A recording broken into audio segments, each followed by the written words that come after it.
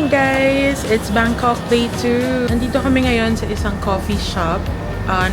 Nearby lang, as in like super lapit lang sa hotel. Dito muna kami magbe-breakfast and sobrang ganda dito sa coffee shop na to. Dito kami supposedly magsistay sa hotel na to, but it's quite expensive. So dun kami nagstay instead sa kung saan kami nag-stay. So medyo may konting regret kasi ang ganda nung sobrang aesthetic nung cafe. Sobrang aesthetic nung cafe nila dito. As in like super nice. I will tour you in a while.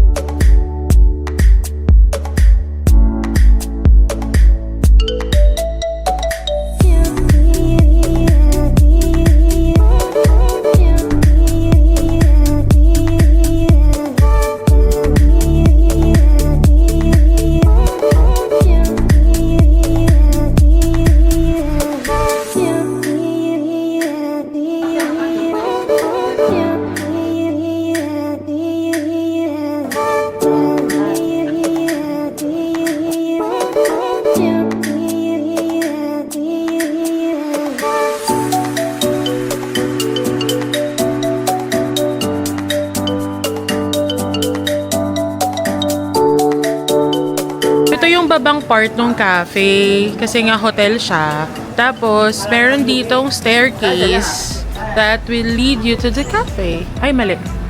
There. Medyo buwis buhay yung hagdan nila dito, guys. Tapos aray ko. Kuwang-kuwa. Tapos na kami mag-breakfast, brunch. So, inantay na lang namin yung aming Bolt. Bolt S5. Sorry. Kasi pupunta na kami ng Central World. Hindi... Ay? Krung Thong Plaza. Pupunta kami sa Krung Thong Plaza because that's where my size is. Sorry, English pa.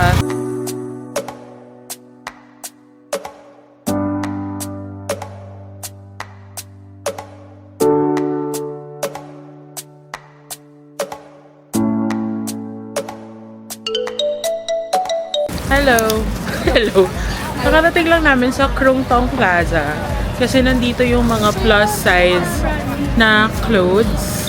Dahil syempre, hindi naman tayo kapayatan. Doon tayo sa may kasya sa atin. So sana madami ako mabili kasi mag-share go ako. Kami, us, next week. So sana makabili tayo ng next week. Sorry. Ng Palm Beach.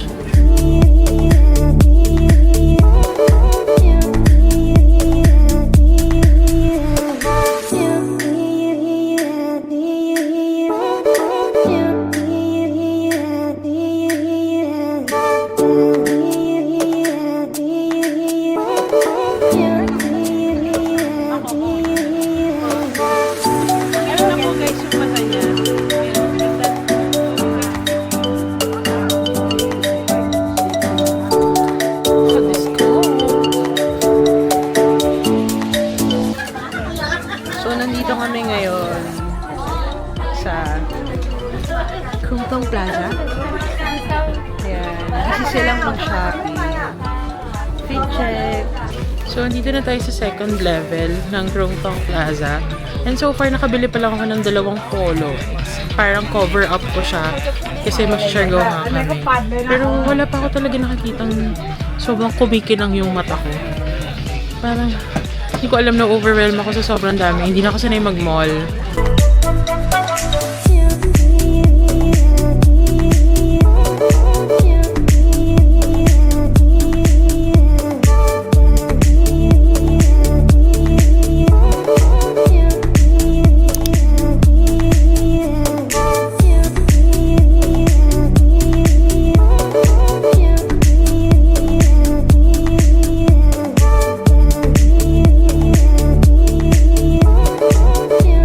So, nandito na kami sa Platinum Mall. Tumawid lang kami from Krung Thong Plaza. As in, sobrang bilis lang. Meron kasing overpass dun sa second floor. Tapos, nandito na kami ngayon sa Platinum Mall. Ay, sorry. So, as you can see, Charing. Itong pinuntahan namin mga mall today is para lang siyang 168 or Divisoria. Equivalent ng 168 and Divisoria sa Philippines. So, cheaper ang mga prices dito. So, makakapag-shop ka talaga. Shop galore.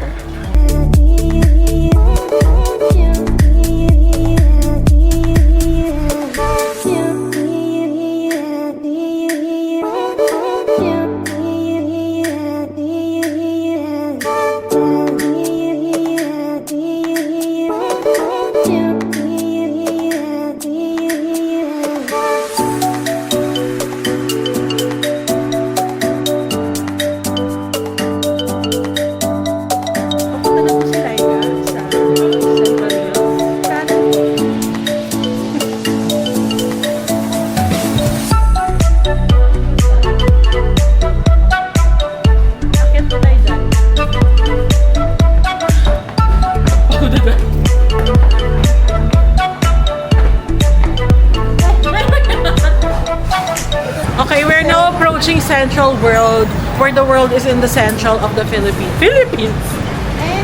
We are walking northward. Kansamida.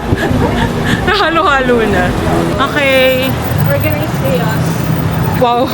Medyo malalim po ang Englishan dito. Yung ilog dito parang malinis.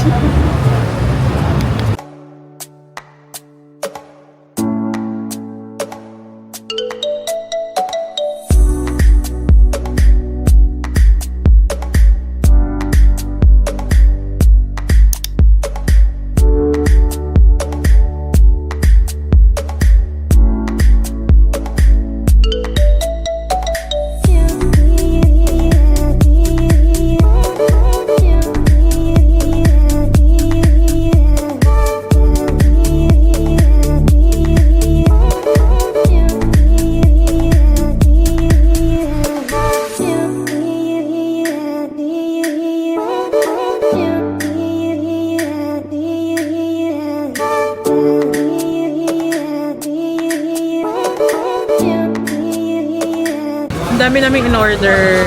I will try first the tom yum soup. Pag mas lemongrassy yung kagabi. Ang sarap. Para siyang, alam mo yung lasa ng tom yum? Para siyang sinigang. Sinigang na walang kilig. Yun yung definition ko ng tom yum. Sinigang na walang kilig. Ang sarap. Grabe, hindi ko alam kung okay na ba to? Wala tayong serving spoon? Eh, baka lang sensitive kayo. Wow. Tayo nagkakain. Te, baka iba yun. Pineapple fried rice. Who would have thought? Wow. Ako ka naman pero like your... Sarap. Sarap. Bak lang. Do you want to show them? The food? The food? Okay, I will try the curry. Oo nga, hindi siya overpriced. Overpriced. May something sa chicken curry. Parang gusto ko ng plain rice. Diba? Ay, grabe yung busog namin. Hindi na kami makatayo. Sabi ko sa kanila, hindi namin kailangan magmadali because this is a tita trip. Our itinerary is for titas.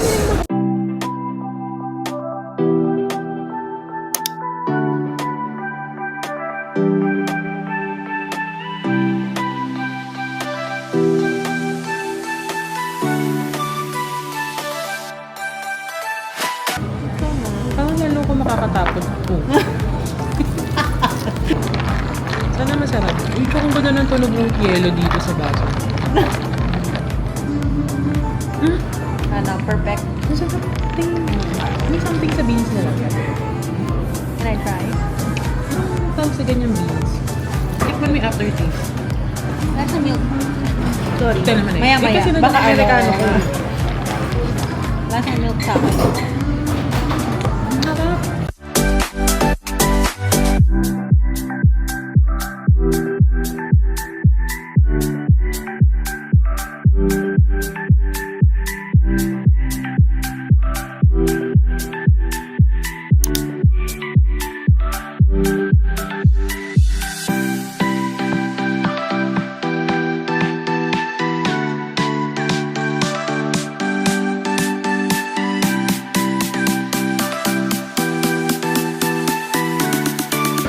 yung pagod namin today, habang naglalakad ako papunta sa kanila, para kung hinihila pababa.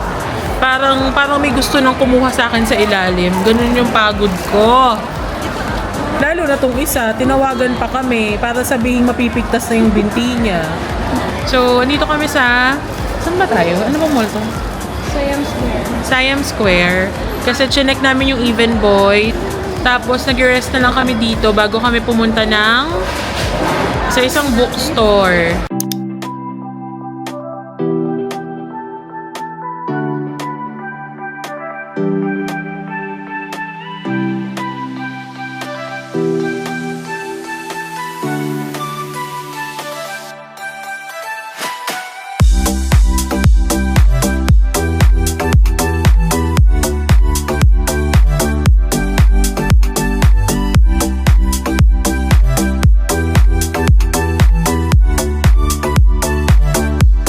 Dahil pagod na ako, kukuha lang ako ng energy. Kukuha lang na. Lumapit ka. Kukuha lang ako ng energy dito. Ikaw na kaibigan ko. Pero ikaw din, kailangan mo. Mga pagod na po yan. Kailan natin matulog. Okay. Kaya yan, heart. Kaya tama na. Kaya tama na nga. Ibig sabihin talaga nito sa'yo, heart.